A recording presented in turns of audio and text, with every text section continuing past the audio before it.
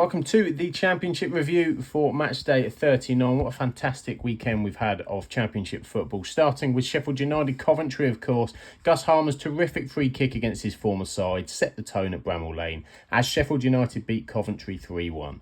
The former Sky Blue delivered a spectacular free kick from just outside the box, curling the ball with precision over the wall into the top right corner, leaving Coventry's keeper with no chance. In the 30th minute, Femi Sariki made a brilliant run down the right flank. He rode two challenges and delivered a low cross into the box, which Campbell met with a composed first-time finish. It doubled Sheffield United's lead. Sadly for Coventry, they suffered an injury to their Swedish goalkeeper, Oliver Dovin, stretchered off late in the first half and replaced by Brad Collins. Looks like it could be a potential serious knee injury. In the second half, Rhian Brewster combined with Ben Brereton Diaz in a slick 1-2. Brewster unleashing a powerful shot from just inside the box, finding the corner of the net, marking his first home goal since 2022 and ensuring a 3-goal cushion going into the last half hour. Jack Rodoni managed to pull one back in stoppage time, but it was too late to change the outcome for Coventry, capitalising on a knockdown from Louis Binks to slot the ball into the net. 3-1 in the end to Sheffield United. Wilder spoke after the game, said, "Tyrese Campbell's been a smart signing for us. I was really pleased that Brewster got another goal. It's vital for us. We showed that we had the quality to go and hurt teams, and we've left a lot of good players on the bench." What a huge result this was for Sheffield United, particularly when you consider the context of the Leeds result to come. Sheffield United are now unbeaten in their last 7 home league games against Coventry, with 5 wins in that time. It's a 2-1 defeat at Bramall Lane back in 2013. Since the Leeds result, it's been pedal to the metal for the Blades. They faced a banging form Coventry side and were well deserving of this victory. They return to action next Saturday, travelling to Oxford to take on Gary Rowett's side before they host Millwall the following Tuesday. Coventry had won 4 of their last 5 away league games, but it was not to be at Bramall Lane as they succumbed to their 4th championship loss of the season. Lampard said, "We lost Liam Kitchen with an illness before the game and we've lost Ollie Dovin. It could be bad. I'm not a doctor, but it didn't look great." Not a disaster though for Coventry considering their opponents, but also a timely reminder that despite the great recent form, the playoff positions are not yet complete. Another challenge on the horizon with a Saturday lunchtime kick-off against promotion-chasing Clarets Burnley, with Portsmouth visiting on Wednesday night with both games at the CBS Arena.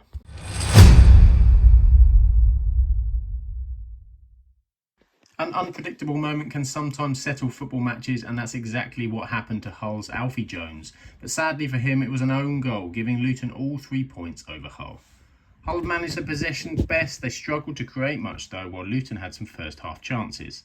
Elijah Adebayo struck the base of the post after a neat turn inside the area, before captain and strike partner Carlton Morris got his angles wrong as he steered one wide from a floated free kick, having broken through the offside trap. Hull's Alfie Jones' own goal was just 11 seconds into the second half. It was the earliest second half goal in the top 4 tiers this season.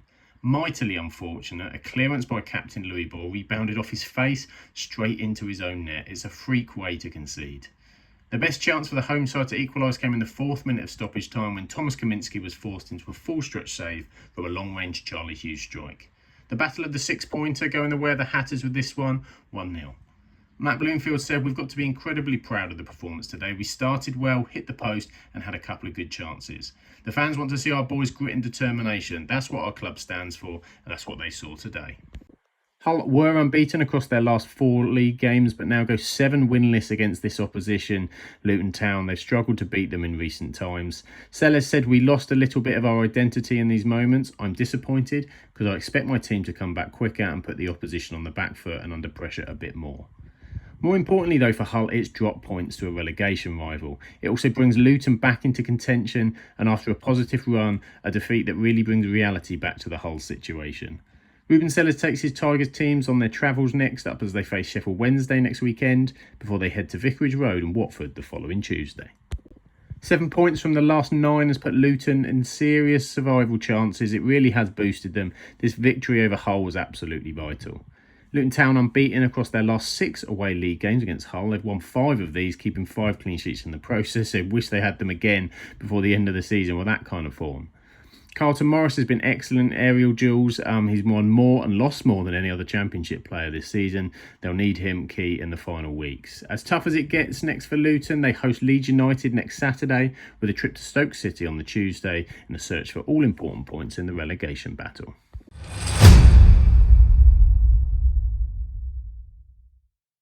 Watford and Plymouth played out a goalless draw at Vicarage Road, both defences coming on top and difficult to break down. The first half was uneventful with limited opportunities for both sides. Plymouth's Ryan Hardy had a couple of promising chances, but Watford's keeper Egil Selvik made crucial saves. The second half saw Watford dominate possession and create more urgency. Quadwo Barr's introduction added energy to their attack. Rocco Vata also came close to scoring. He had a deflected shot that hit the crossbar, and Barr's dynamic wing play tested Plymouth's goalkeeper Connor Hazard. For Plymouth, the draw was a small consolation as they remain in the relegation zone. Watford miss an opportunity to boost their playoff hopes, leaving both teams frustrated. Miran Muslic said, "We were almost perfect in the first half in not allowing Watford a shot on target. The lads were brilliant and they were a very good team with a fantastic home record, so it's not easy to keep them out. It's a point that we take. They are a good team." After losing each of their 5 home league games between late December and early February, Watford had picked up with 2 wins in 3 at Vicarage Road. But this will be a disappointment to drop points at home to the bottom side in the league. Cleverly said, "We didn't play with enough tempo, enough desperation to score, enough penetration. There were too many unforced errors. There has to be a determination to break down their back line, and I didn't see that." Now, it's the kind of result that Watford could look back on come May. 1 win in their last 5 is sliding them away from playoff hopes. If they do want to make the top 6, they have to turn that around fast. Tom Cleverley will take his Watford side to Ashton Gate next weekend to take on Bristol City before they return to Vicarage Road to host Hull City. Their 6th away draw of the season earned a point for Plymouth, and more surprisingly, they kept a clean sheet for just their 3rd of the Championship season. Plymouth have lost just 1 of their last 6 away league games at Watford, conceding just 3 goals across those visits to Vicarage Road. While it's a good draw, teams around them, though, are winning. Plymouth are being cut adrift at the bottom of the league with just 7 games to go. Time is fast running out for them. Next Saturday, Plymouth will welcome Norwich City to Home Park in their desperate search for points before they travel to South Wales to take on Swansea on the Wednesday.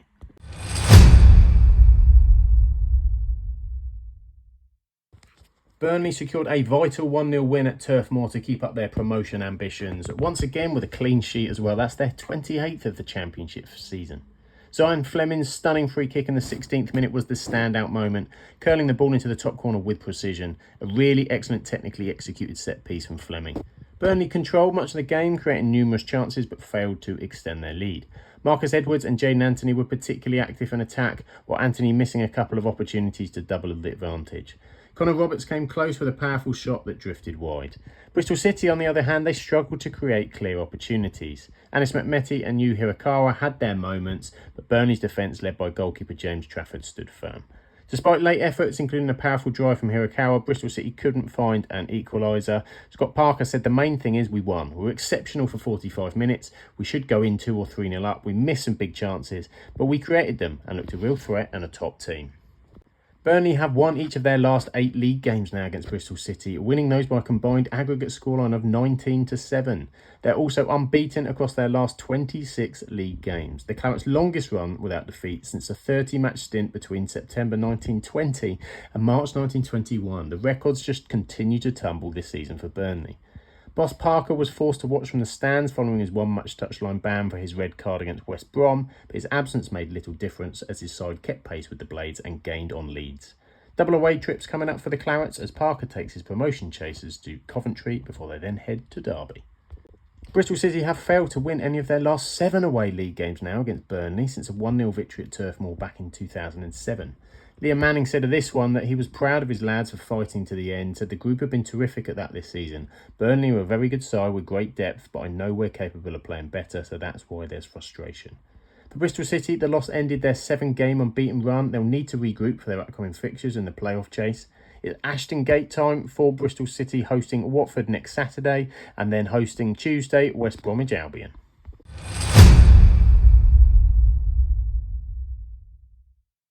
A tale of 2 halves at Cardiff as the home side drew 1-1 with Sheffield Wednesday for a share of the points at the Cardiff City Stadium. Manager Omar Ritza took a bold approach to his team selection as he started with 23-year-old Isaac Davis alongside Kian Ashford and Will Alves in a vibrant attacking 3 behind striker Yusuf Salic. They were energetic and dangerous early on, and Davis's goal was a moment of brilliance. He received the ball from Will Alves after a darting run through the heart of the Wednesday defence, cutting in from the right edge of the box, striking the ball with his left foot, drilling it into the bottom corner. Sheffield Wednesday struggled in the first half but made tactical changes at half-time, bringing on Marvin Johnson, Shay Charles and Svante Ingolson. The substitutes added energy and intensity to their play. They levelled the score in the 61st minute through Michael Ahakwi's powerful header from a Barry Bannon corner. Both teams then pushed for a winner in the final stages, Salic and Anwar El Ghazi coming close for Cardiff, while Wednesday's defence held off. Reitzer said the front four were energetic, caused problems and we had good stability behind the ball. We're hoping for more in the second half, but it just seems to be an element of a mental thing with the boys.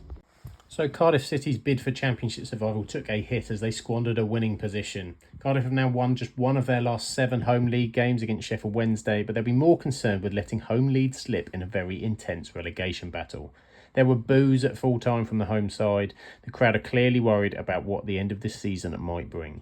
The Bluebirds, though, looking for more points on the road in their next 2 fixtures. They head to QPR and Preston as the end of this season really starts to take shape.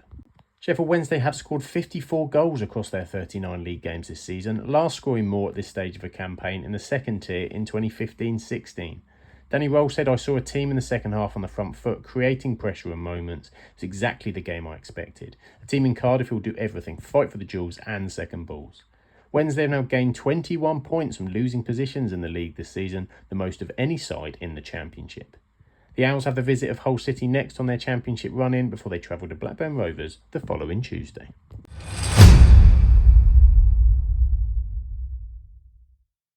Ilya Meslier will have his head in his hands for this one as a drop cross and failing to keep out Zan Vopotnik's 96th minute equaliser sees Leeds draw 2-2 with Swansea and lose 2 vital points on their rivals. A match filled with twists and turns started with Leeds taking the lead in just 37 seconds into the game. Brendan Aronson capitalising on a chaotic sequence in the box, scoring from close range. Swansea had an opportunity to equalise in the 13th minute when they were awarded a penalty, but Meslier made a brilliant save to deny Josh Tymon. But the match was to turn on the Leeds goalkeeper in the 64th minute after Meslier dropped a routine ball from a corner, allowing Harry Darling to strike into the net. A real goalkeeping howler. Leeds regained the lead in the 86th minute though through Willie Gnonto struck a powerful shot into the net. It looked like it had secured the vital 3 points. However, Swansea substitute Vopotnik stunned the home crowd with a 96th minute equaliser firing low past the keeper to secure a point for the visitors. Daniel Farker said, "Of course it's a heartbreaking moment when you concede in such a situation and in this manner, but if you want to take part in sports you can't expect that the sun is always shining." That's a blow for Leeds, who are dropping points at exactly the wrong time. With wins for both Sheffield United and Burnley, letting a lead slip twice was not on the agenda. Leeds had won each of their last 4 league games against Swansea, scoring 3+ goals in each of the 3 most recent matches, but not today. Leeds stay second, 2 points behind leaders Sheffield United, who went top beating Coventry on Friday night, and only ahead of third place Burnley on goal difference. Farker will want to get back on track in the win column as they face double away games next. First off to relegation-threatened Luton Town next Saturday lunchtime, before they head to the Riverside and Middlesbrough a few days later. Swansea City have won just one of their last 18 away league games against Leeds, so a point against one of the best sides in the division has to be seen as a success. Sheehan said, "Do you back off or go toe-to-toe with a team like this? We want to be able to go toe-to-toe in the right moments and be brave. How we did it with the setbacks we had in the game, 1 point is the least we deserved coming to the best team in the division." For the Swans, that ends back-to-back defeats, but against Leeds, that is very much a point gained. Promising signs for Swansea to make sure they don't get dragged into the relegation race with 7 games to go. Home games to look forward to for Swansea, as both relegation-threatened contenders will travel to the Swansea.com stadium. Derby and Plymouth trying their luck against the Swans.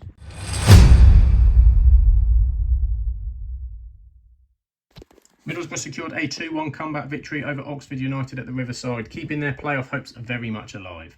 Oxford started strongly, taking the lead in the 38th minute through Michael Helek.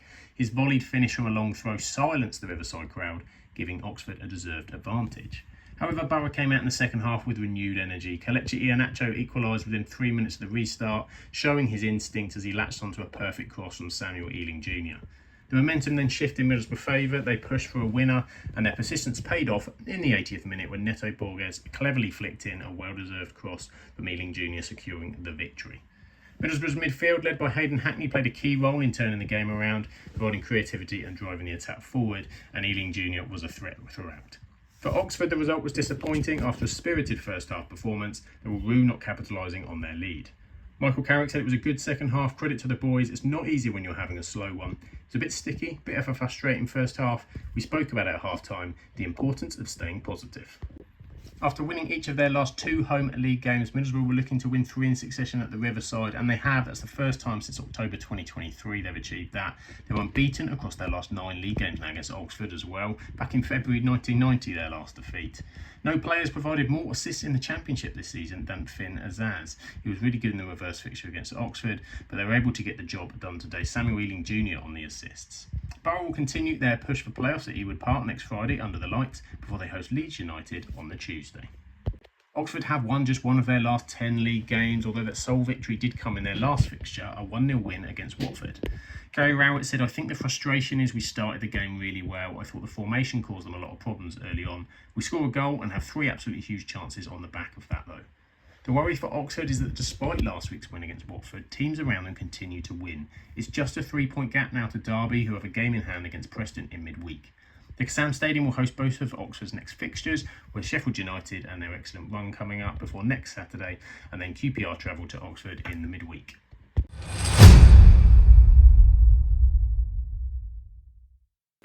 Josh Sargent to the rescue in stoppage time with his 13th goal of the season, securing a 1-0 dramatic victory over West Brom. The Baggies started strongly with Carlin Grant and Torbjorn Heggen testing Norwich goalkeeper Angus Gunn early on. Gunn made a couple of crucial saves to keep the game level, including a brilliant stop denying Heggen's header. Norwich had their moments too, Sargent coming close in the first half, but Joe Wildsmith was equal to the task. Second half saw a few clear-cut opportunities, both sides were battling for control, but Sargent delivered the decisive blow in the second minute of added time.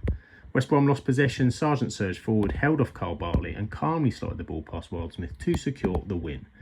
Gunn played a pivotal role in preserving Norwich's lead as well really late on, making a remarkable save denying Bartley's header, and McConville cleared the rebound off the line. Victory moves Norwich up to 10th in the Championship. It does keep their playoff hopes alive, while West Brom remain in 6th place, frustrated by missed opportunities. Thorpe said afterwards, "Knowing that we'll be without a left-back for probably the rest of the season was one of the reasons behind the different approach, because last time we played against West Brom, Tom Fellows on the right-hand side created problems for us." Norwich had recent patchy form at home, but this was their 9th of the season at Carrow Road in the Championship in terms of wins and just a 6th clean sheet. The Canaries had won just one of their last 7 league games against West Brom, and although that sole victory did come in this exact fixture last season, so the tide may be turning in their matches against West Brom at home. 5 points the gap now to the playoffs, and while it may be a long shot, Norwich are still very much in the fight as they showed with this late Sargent winner. Plymouth await next for Norwich next Saturday before they entertain Sunderland the following Tuesday. West Brom have failed to win any of their last 12 away league games. They will hope it's a run that ultimately doesn't cost them a top 6 place. Tony Mowbray said, "I thought the team played extremely well, as good as in my time here. With the control that we had, sometimes you don't get what you deserve in football, and we definitely didn't. It was a cruel day for us." West Brom's Adam Armstrong has struck 4 goals across 7 prior Championship meetings with Norwich. 3 of those had come across his 2 matches against the Canaries last season with Southampton. He didn't hit the back of the net this time around though. It was a disappointing one in front of goal for the Baggies. Now the Baggies will host former Tony Mowbray team Sunderland Saturday lunchtime next week before a trip to Ashton Gate to take on Bristol City.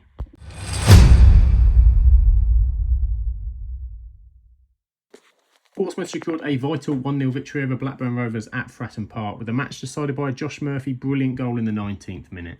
A loose defensive header from Blackburn, Andre Dozel played the ball to Murphy, who executed a clever 1-2 with Colby Bishop before curling a superb shot into the bottom corner. Blackburn had their moments, Ryan Hedges forcing a save from Pompey goalkeeper Nicholas Schmidt shortly after coming on as a substitute. Corley Woodrow also came close with a long-range lob, but Schmidt recovered well to make the save. Despite dominating possession in the second half, Blackburn struggled to create clear-cut opportunities. Their last shot in the match actually only came in the 67th minute. Schmidt made crucial saves, the team showed resilience to secure the win. The victory ended a 2-match losing streak for Portsmouth and extended their strong home form, pulling them 7 points clear of the relegation zone. Blackburn, on the other hand, suffered their 4th consecutive defeat, leaving them 5 points adrift of the playoffs. Mousinho said, "I thought we did just about enough to win the game. There is plenty we could do better. The nervousness we displayed after going a goal up was probably marred by the occasion of how we've been in the past few weeks." Portsmouth had lost each of their last 2 league games 2-1, so were pleased to avoid losing 3 in succession. Pompey had lost 5 of their last 6 games against Blackburn as well, so this was a welcome win for the Fratton Park home fans. Josh Murphy's provided 10 assists in the league this season, but today he was on the score sheet. That's his 7th of the season as well, having a really good campaign in the Championship. 2 away games next on the horizon for Pompey. They travel away to Millwall next Saturday before they take on Coventry City on the Wednesday. Blackburn have lost 7 of their last 8 away league games and lost 4 consecutive matches in the Championship for the first time since December 2023 under John Dahl Thomason. Ishmael says it was a big disappointment, especially how we approached the first half. We knew it would be difficult at the beginning with the pressure and energy. The injury changed our rhythm early on. The injury he's referring to, of course, was Owen Beck. Sadly left the field after 13 minutes. It's a sad blow for Blackburn waiting to hear news. He's been very good for them this season on loan from Liverpool. Ewood Park will host double Blackburn encounters in the next 2 games, with Middlesbrough under the lights on Friday for another evening kick-off with Sheff Wednesday on the Tuesday.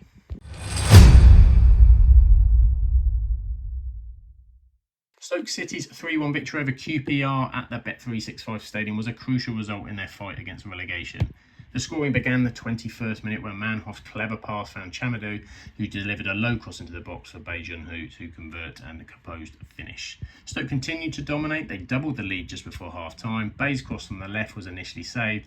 Chamadou pounced on the rebound, drilling a powerful shot into the bottom corner, scoring his first goal for the club.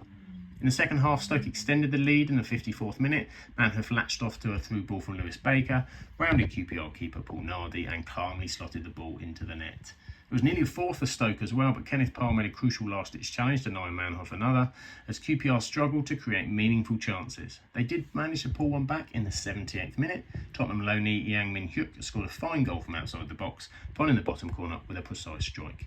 This victory marks Stoke's second consecutive home win, which moves them 4 points clear of the relegation zone. For QPR, the defeat was their 5th in 6 games, leaving them in a precarious position just 7 points above the drop zone. Mark Robins in his post-match interview highlighted the importance of maintaining focus and consistency in the remaining fixtures to ensure they secure their championship status. Now, Stoke City had won just one of their last 11 league games against sides from London, failing to score in 7 of those matches. This was certainly a much-needed win against sides from the capital. Back-to-back wins have come at a great moment of the season for Stoke, signs that Robins is starting to get what he's after from the team to get them to pull clear of the relegation threat. Now, Stoke's junior Chamadou scored and assisted for the very first time in a Football League game. His 2 goal involvements, actually as many as he's got in his previous 54 league appearances. Next up for Stoke, it's away at home against Preston North End next Wednesday, before they host a crucial relegation clash against Matt Bloomfield's Luton Town. QPR have lost their last 6 away league games. The form is dire and the threat is worrying.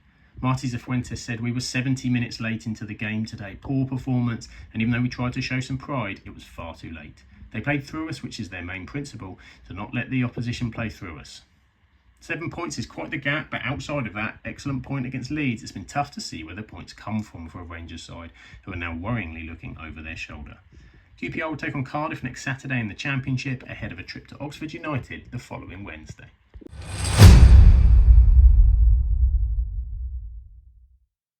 Sunderland strengthened their grip on 4th place in the Championship, while Millwall's defeat left them 6 points outside the playoff spots. The goal came in the 20th minute from a well-executed corner routine. Patrick Roberts playing a short corner to Rome Mundle, who returned the ball to Roberts. He then delivered a pinpoint cross to Hume, who volleyed it into the bottom corner with precision. Sunderland, who had started the game more brightly, they created early chances with Wilson Isidore and Joe Bellingham, but Lucas Jensen was on good form for Millwall, making crucial saves to keep them at bay. Sunderland continued to press, Roberts and Hume causing problems for the Millwall defence. Despite their dominance, Sunderland missed an opportunity to double the lead late on in the game. Luke O'Nine's penalty saved by Jensen. That's 4 consecutive spot kicks missed in a row by Sunderland. Millwall, though, enjoyed more possession, struggled to get clear-cut chances. Their best opportunity came in the second half when Josh Coburn's header was comfortably saved by Sunderland goalkeeper Anthony Patterson. Regis Lebris said at the moment our percentage of success is really low when he talks of penalties. We have to find a solution. This is the best situation to score, and we've only scored 1 out of 5. Talk about it next week, because maybe we'll have a penalty shootout at the end of the season. Sunderland's last 3 wins have all come by a 1-0 scoreline, as they're performing very well with a makeshift defence. Only Bristol City have scored against Sunderland in their last 3 games, as their defence, particularly at the Stadium of Light, has put on some strong performances. 20 wins reached now this season for Sunderland. They're putting some strong form together heading into the playoffs. They take a break from the Stadium of Light next 2 fixtures, Saturday lunchtime away at West Brom, ahead of a trip to Carrow Road and Norwich City on the Tuesday.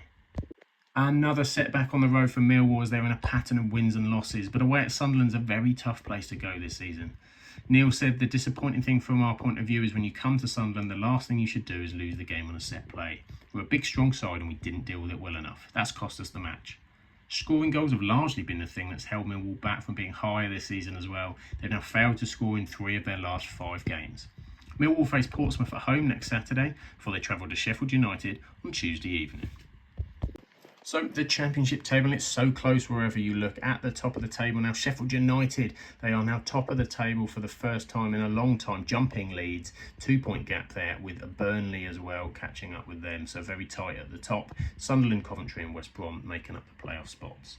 Middlesbrough and Bristol City, though, same points now as West Brom, with Watford, Norwich, Blackburn, Sheffield Wednesday, even Millwall not counting themselves out of that race.